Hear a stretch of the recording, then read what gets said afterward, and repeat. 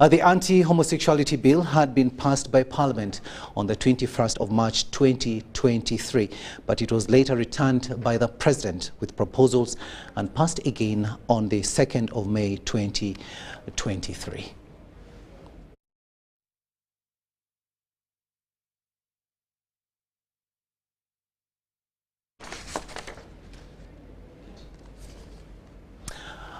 Now, Bugiri Municipality Member of Parliament Asman Busarira has hailed President Yoweri Kaguta Museveni for his bravery act of signing the anti-homosexuality bill of 2023 into law. The overjoyed legislator wants any person in Uganda to desist from practicing the same-sex acts to avoid being caught on the wrong side of the law. He was addressing the media shortly after the emergence of information regarding the president signing the bill into law. Take a watch. With me here is the assented to copy of the anti-homosexuality law.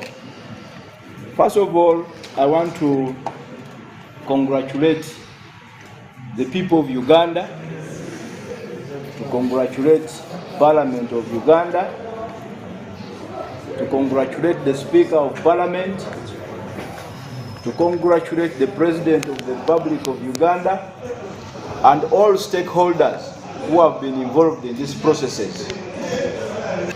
I want to begin with make a few highlights of what this bill is about.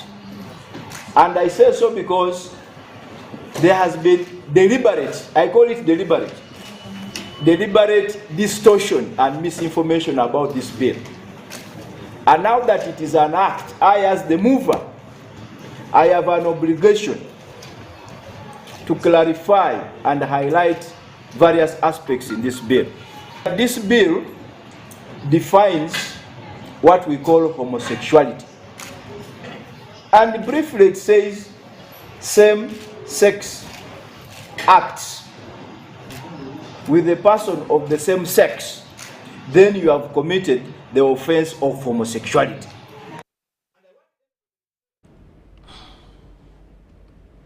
Mr. Wasali, they are commenting about the bill that has just been passed, and that is the anti-homosexuality bill that the president has assented to.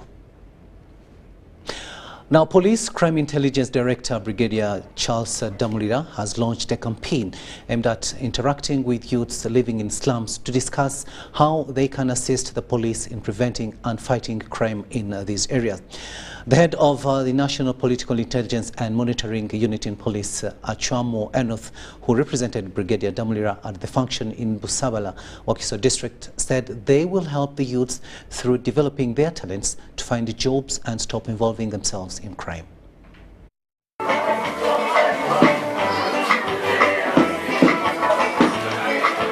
Yes. The main reason as to why we are cooperating with these guys of the ghetto structures, there are like three issues. One is to avoid the wrong characters who don't wish our nation the best, using them in committing crimes and maybe attacking our nation. Our major concern in this particular case is terrorism. These terrorists who are targeting our nation may use a chance of the ghetto structures and bring up their ideas and end up disorganizing us. But even politicians come over us and they use us to do anything. They use us because we are desperate. We are using drugs because we are desperate. They are not caring about us. They are not judged. They are not even looking for us. We are thanking General Damulira for standing always with ghetto people. This is a campaign that I would like to call upon the president, that I would like to call upon each and every sponsor to start with me. We move with this potential outreach. We train as much possible. Have you seen? Only one dance can feed 14 people. The ghetto structure image was taken in a different way. People thought in the ghettos, the people who stay there are wrongdoers, marijuana takers, drunkards, and the rest. But actually, from the time we started organizing them and getting in touch with them, we found out they are actually very good people with good ideas. And once you combine with them, we all focus towards developing our nation, and it is surely fine.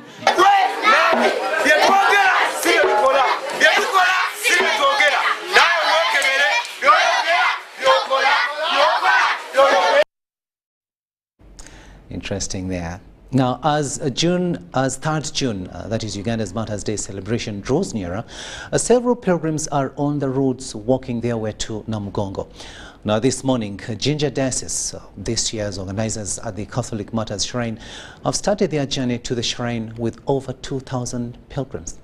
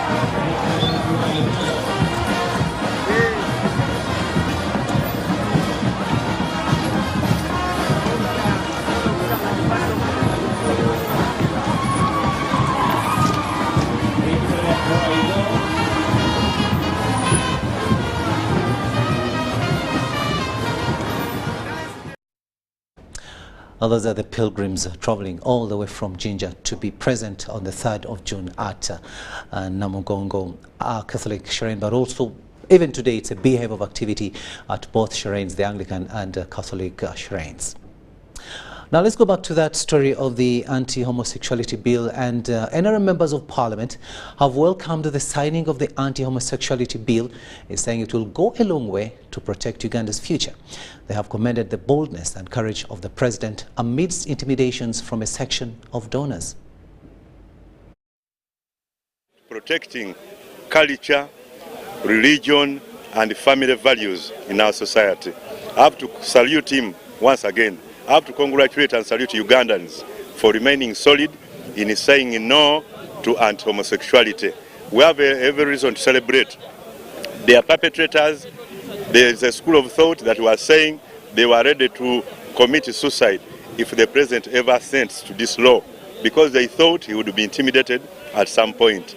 I have to salute him for remaining a general, remaining a father of Uganda, and also leading by example, that he has the honors to protect all Ugandans, to protect humanity and to protect our culture as Ugandans by saying a man should marry a woman and a woman should marry a man, not men marrying fellow men or women marrying fellow women. Bravo to all Ugandans, bravo to the entire nation, bravo to the Parliament of Uganda. There could be, because not every country can make a law that favors the whole world. There will always be some people opposing, but we do not legislate for other countries. We legislate for Uganda. So this one is what the people of Uganda demanded, especially when we saw students in buses, wherever, students doing things that are not good. And we didn't have to make it look like it is normal. So passing this law is for the interest of Ugandans.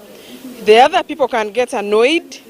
It's okay. We also don't sit in their parliaments to set for them their laws. They make their laws. They have made their laws. We cannot even force them to do polygamy, which is practiced here. So the question of who controls what should not even arise, honestly. We live in a world where people must understand. You'll know where your jurisdiction ends. That kind of relationship is what we want. every country respecting the other, not trying to control everyone, even on things that you shouldn't do. My name is Silas Augon, Member of Parliament representing the people of Kumi Municipality, and we are here in Chankwanzi, and we have just received the good news of the anti-homosexuality bill being assented to, and that means soon it will be law when the process is complete. And to me, that is a plus. It is a kudos, because this bill, the way it has been processed and now it has been signed into law, is a people bill. It is a pro-people, because that was the wish and the will of the people of Uganda. I can tell you, whenever you went across the country, there was a similar mood. And for the first time I saw in a parliament, every member of parliament behaving in a common manner, except for one or two for the reasons they best know. But for me, I know Parliament was in one accord and one spirit, and I believe this spirit was from above. So I am so excited. I want to thank His Excellency the President, Yoweri Kaguta Museveni, for assenting to this anti-homosexuality bill, which is now an act. And this will go a long way in dealing with those who are trying to promote these immoral acts, specifically amongst the children. All Ugandans should know that it is now an offense, and please, I want to appeal to you. Let us stand by our moral values as a country and allow the children to be. I also want Ugandans to know that there are some development partners who have threatened to withdraw aid, but I want to appeal to the development partners that the support you are giving to this country was not conditioned on the issues around homosexuality. So it's my appeal to you to continue working with the government and ensuring that we deal with those other challenges. You came in to help out of your own conscience. So please continue supporting the countries, but also mindful that as a country, we are sovereign and we have our own values that we need to promote, and ensure that our families are anchored on our cultural values which are existent. And our members of parliament, they're of course concurring with President Yoweri Museveni in as far as his assenting to the anti-homosexuality bill is concerned. UBC Lunchtime News will now take a short break, but we'll return with much more. Stay with us.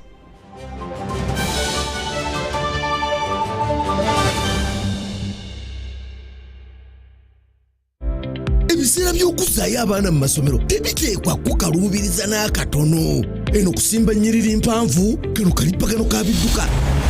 Simanya kuzunga na banka siripsi. Kati osobola okusasula school fees z'omwana wo ate n'okola n'ebirala ntoko ku ssimu ye ey'omu ngalo. Ekikola kyangu nnyo. Nyiga bunyizi *165*8 ogoberera ebikulagiriddwa oba okozese app ya MTN Momo. Ate kati okola ki olwaleero? MTN Mobile Money Uganda Limited erungamizibwa banka enkulu ya Uganda. This isn't just a girl. She is the future. This is a teacher, a doctor, a community leader, our future president. She is the hope of our community. And as a community leader, I will talk to others about how we must protect her against child marriage and teenage pregnancy, because it affects us all. We each have a role to play in empowering our teenage girls to protect them from pregnancy. Because when we empower them, we empower our nation. Protect the girl, save the nation. Take action. Report any case of defilement or child marriage to the police or call Sawuti 116.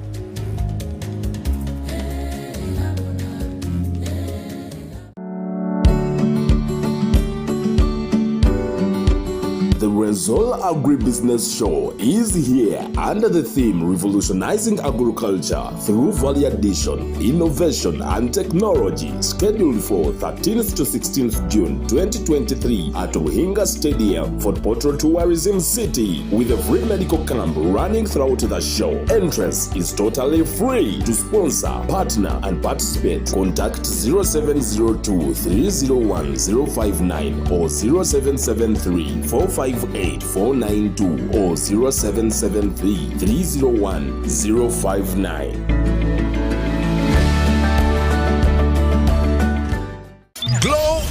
you are with the new Spark 10 series smartphone from Airtel in partnership with Tecno. Own the timelines with picture-perfect selfies using the 32-megapixel selfie camera, 256GB storage, G88 gaming processor. The Spark 10 smartphone comes with free 3GB from Airtel, so you can stay connected to a world of possibilities. Dial *100*5# to enjoy free data. Airtel, a reason to imagine. In partnership with Tecno. Stop at nothing. Uganda is rich in natural resources and hard-working people.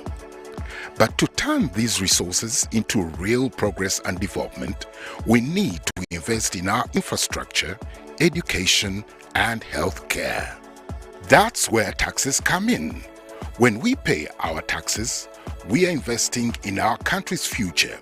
We are supporting the schools that educate our children, the hospitals that care for our families, and the roads and bridges that connect our communities. And when businesses pay their taxes, they are contributing to the growth and development of Uganda's economy. They are helping to build a stronger, more prosperous nation for us all. So when you pay your taxes, you are investing in the future of Uganda and supporting the progress and development of our nation. Uganda is because of you. Uganda Revenue Authority. Developing Uganda together. Juko. Yo. Check the shopping, man. What's your secret? Haven't you heard of the parish development model, PDM? Yes, I did, but I thought it was just a talk. No, Sebatia. It is real. I and a few friends together formed a circle, accessed money from the PDM, invested in a portrait project, and now things are moving. Juko. I thought I was one of your friends. You are. But you left me behind. I didn't leave you in poverty. What you do, just visit your LC2 chairperson and your parish chief and start the process of economic transformation. Just like that. The parish development model is an initiative from the government of Uganda through the Ministry of Local Government designed to transform all lives of Ugandans for the better. PDM, my parish, my development, my life.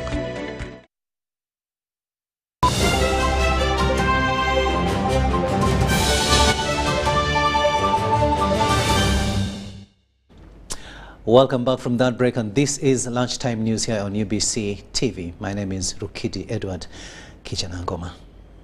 To the courts of law now, where the Anti-Corruption High Court has dismissed an application filed by Minister Agnes Nandutu seeking to halt the charges against her relating to her alleged involvement in Karamoja Iron Sheets scandal.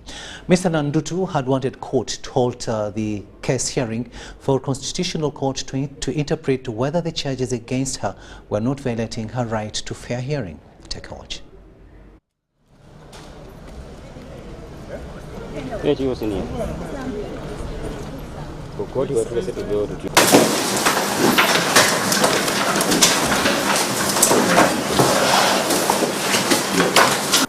In the instant case, therefore, for the reasons advanced, I decline to refer the question raised for interpretation because on the face of it, I do not see anything warranting constitutional interpretation.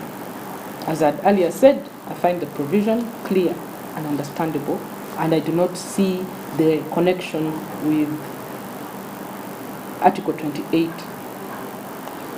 As part of their submissions, counsel for the accused informed this court that they had filed constitutional petition in the very same matter, and they obliged the court and provided it with a copy.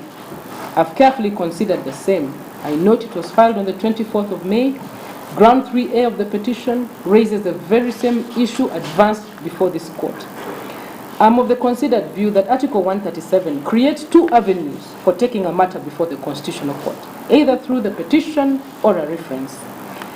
Whereas it is not illegal to pursue both, it is in my view only prudent that in order to avoid a multiplicity of cases and clogging of the judicial system, an aggrieved party should choose one of the options. In this case, a petition has already been filed, referring the same question, which is already before the Constitutional Court for consideration, in my view, is unnecessary and amounts to a deliberate attempt to stay this particular trial. In light of the foregoing, therefore, I decline to halt the criminal proceedings against the accused in this court. I dismiss the application, and I would like to advise that counsel for the accused may, if they so wish, seek an application for an injunction from the Constitutional Court to halt these proceedings, because I believe that the Constitutional Court, being vested with the jurisdiction to hear the substance of the matter, is better placed to determine whether a grant of stay is justicious or not.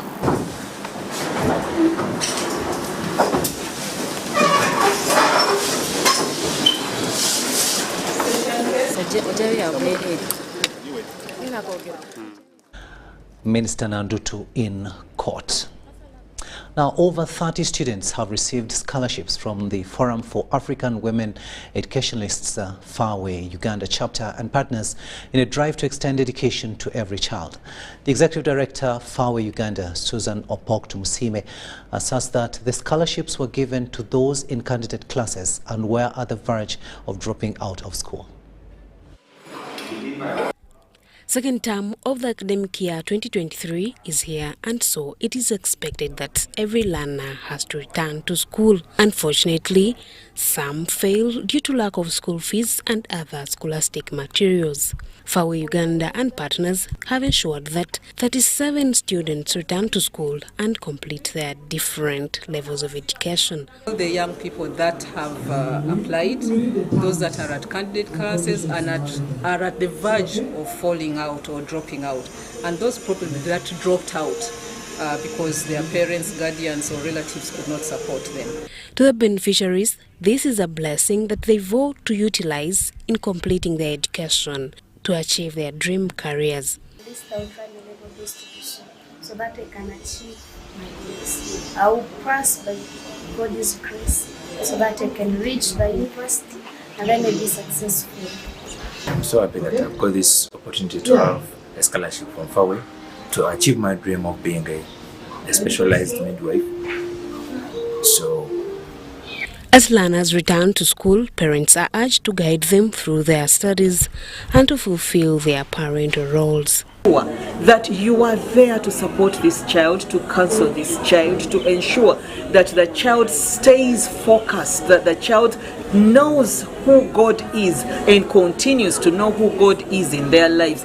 Ensure that you are there to support your children, because they are your children. The children do not belong to Faraway. Play your role. Miriam Wumcha, UBC News. Now, faith-based organizations are advocating for proper accountability for funds allocated for sexual and reproductive health services in the country.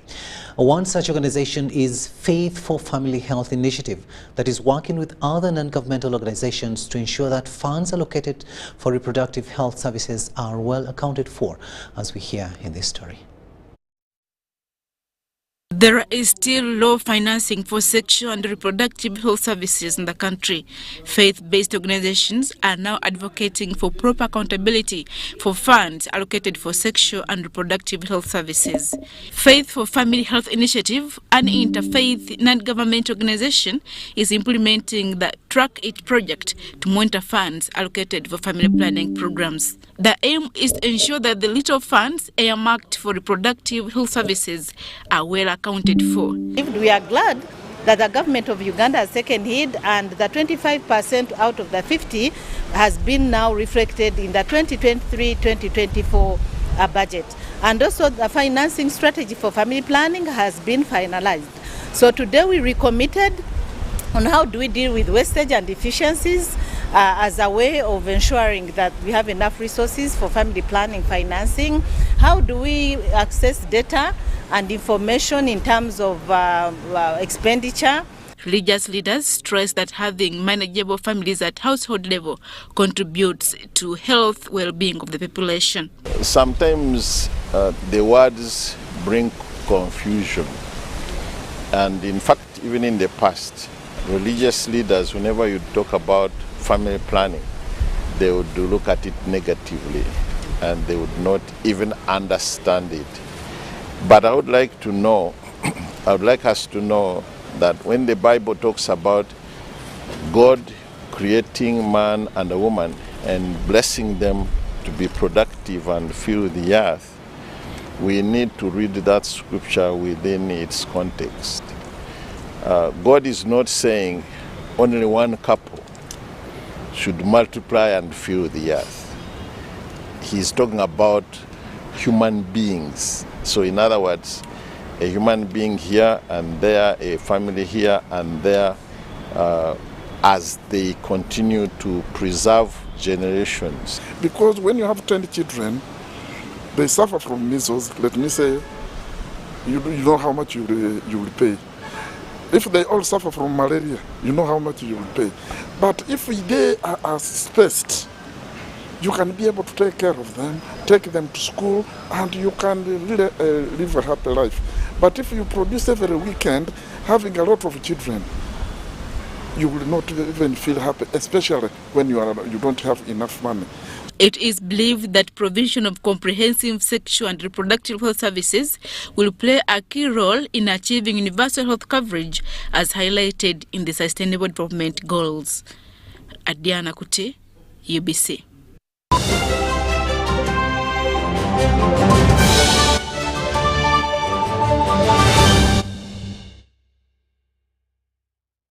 Tales of Kasozi, brought to you by Uganda Communications Commission. Hello? Hello? This is Kasozi. How can I help you? Hey, Kasozi, my brother. Long time. We last met when we were at campus. It's been a while, but you are the person I'm looking for. Campus? Really? Hey, you don't remember me? Okay, so how can I help you? I'm stuck in Gulu making millions and I need to urgently send money to my sick mother. But I can't find any mobile money agent near me. I've sent the money to your phone as you can see the message. It might take a few minutes to come through, but I urgently need you to send the money to my mother. Let me send you her number and you send it to her chap chap. My friend, I'm afraid your mom is going to die. What? Because I don't know you, I never went to campus, and I'm also in Gulu. So can we meet at CPS, we talk about it? Stay tuned for what Kasozi does next. Tofera, refrain from unnecessary engagements with strangers over the phone. This message is powered by the Uganda Communications Commission. This is the University of Africa. On the streets, you get your real education. Here, everybody has a degree of something. But the most important qualification is imagination. Her reason to imagine is slay. His reason is to be the GOAT. Theirs is to take the beat and make it lit. They want to test edgy till it is fire. Their reason for imagination is to add riz in style. Her reason to imagine is finesse. And hers is to find what's new and bussin'. So no matter what your situation, just use your imagination.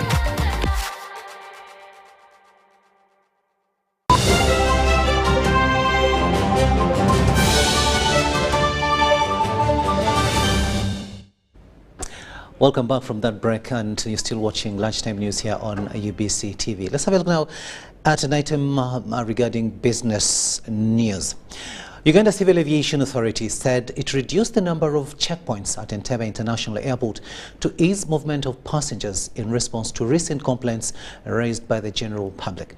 Now, this is one of the measures put in place to curb illegalities at the airport, including corruption and mistreatment of passengers by staff of agencies working at the airport. Now, UCAA is set to train aviation reporters to have skills on how to report about the aviation sector to curb inaccuracies which are affecting the industry. This was during the field familiarization and benchmarking visit for Public Relations Association of Uganda members from different organizations, aimed at seeing how UCAA has been managing the crisis in the previous months and the execution of works, including the upgrade and expansion of the airport. Health desk. We had the yellow fever desk that I told you earlier on. Now that one was removed completely, and we are saying it is only when the destination country requires a yellow fever vaccination certificate that it is asked for. Then for COVID-19, we agreed that it is only when the destination country requires that it is asked for. If the destination doesn't require it, there is no need to have it. We also resolved that once a passenger has gone past immigration, there is no more need to offload them for whatever reason whatsoever. Previously, either due to security reasons or otherwise, a passenger would go past immigration. Then they are called back, and in the industry language we call that offloading. They are called back that you're not going to board because of ABC. And those cases were also... For us to learn how they operate, to learn their communications approaches, because as an umbrella body that brings together spokespeople from different organizations, learning is a big part of what we do. Capacity building, sharing, exchanging, learning from one another how best we can operate within our various sectors. Uganda Civil Aviation Authority has gone through a lot of crises in the past in our function as public relations managers and officers. So today we've learned how best to manage, best practices of crisis management. We have also toured the Entebbe Airport.